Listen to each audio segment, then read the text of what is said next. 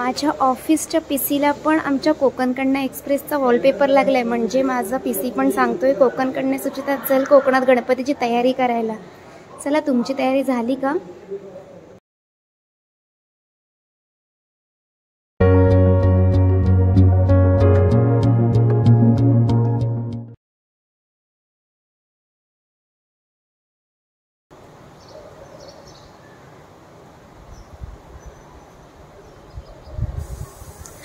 So good morning, नमस्कार। मी कोकण कन्या सुचिता स्वागत करते तुमचं पुन्हा एकदा माझ्या नवीन अशा व्हिडिओमध्ये।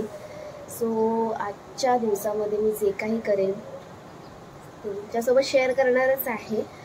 तर आज आहे शुक्रवार आणि मला बनवायचं आहे तेरीचं फतफतं, म्हणजे गावामध्ये एक रानभाजी आहे तेरी, जिच्याने हाताला खाज येते बट चवीला एक नंबर लागते।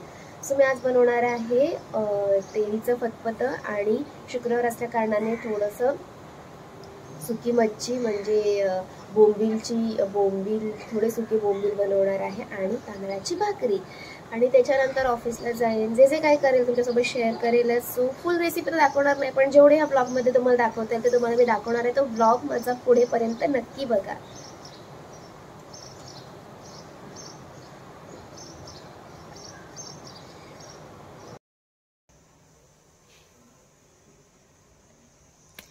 आज मी बनवणार आहे माझी सगळ्यात जास्त गावची आवडती भाजी। हे पान वेगळं आहे, तुम्ही बघा, ही अळूवडी नाहीये, हे तेरीचं पान आहे।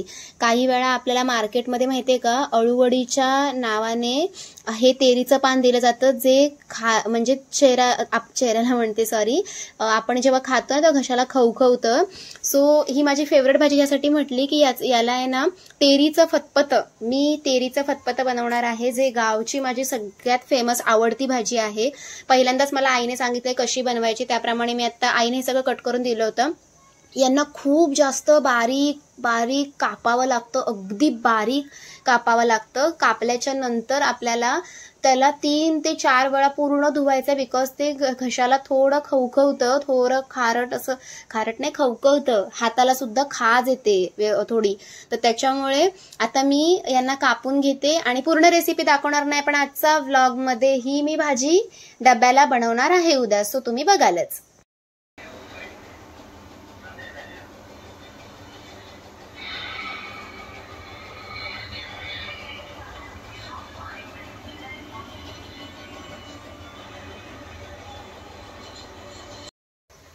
मी थोडी म्हणजे जी तेरी आहे ना ती थोडी जास्त आपल्याला उकडावी लागते, म्हणून मी पुन्हा एकदा ना कुकरमध्ये ठेवले, थोडंसं उकडून घेते अजून एक 5-10 मिनिटं।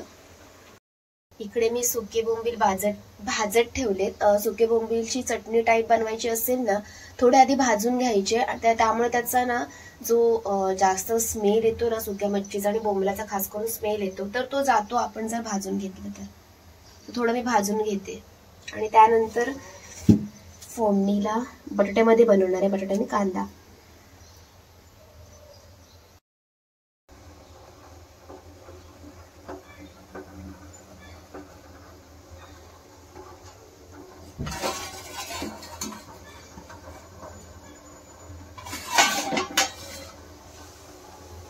सर्व घरची कामं आवरून आता मी ऑफिसला चाललेली आहे निवांत, कारण आज माझी कामं लवकर झालेली आहेत। सो चला ऑफिसला जाऊया।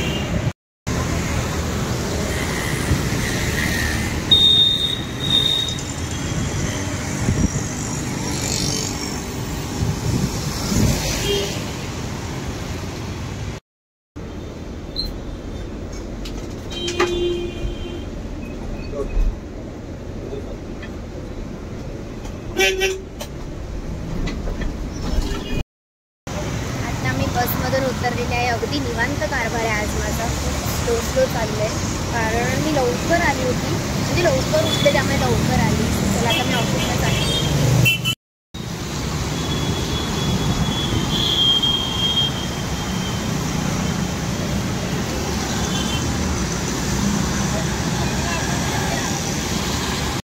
सध्या माझा पीसी पण सांगतोय कोकण कन्या एक्सप्रेस दिसते, म्हणजे तुला गावी जायचंय गणपतीला।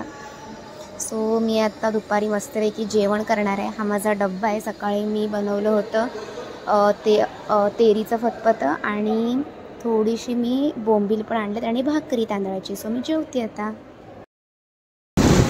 तर आता मी चाललेले आहे ठाण्यामध्ये म्हणजे मठात जायला कुठला वार पाहिजे असं काही नाही आहे. सो इच्छा झाली म्हणून मठात चाललेलो आहोत. सो जाते मी मठामध्ये. आजच्या दिवसामध्ये मी जे काही केलं ते तुम्हाला मी शेअर केलं. सो हा त्याच 3 क्रमामधला एक छोटासा भाग की स्वामींच्या मठात जाणं. सो मी जाते. तुम्ही देखील स्वामींचं नक्की दर्शन जमल्यास घ्या.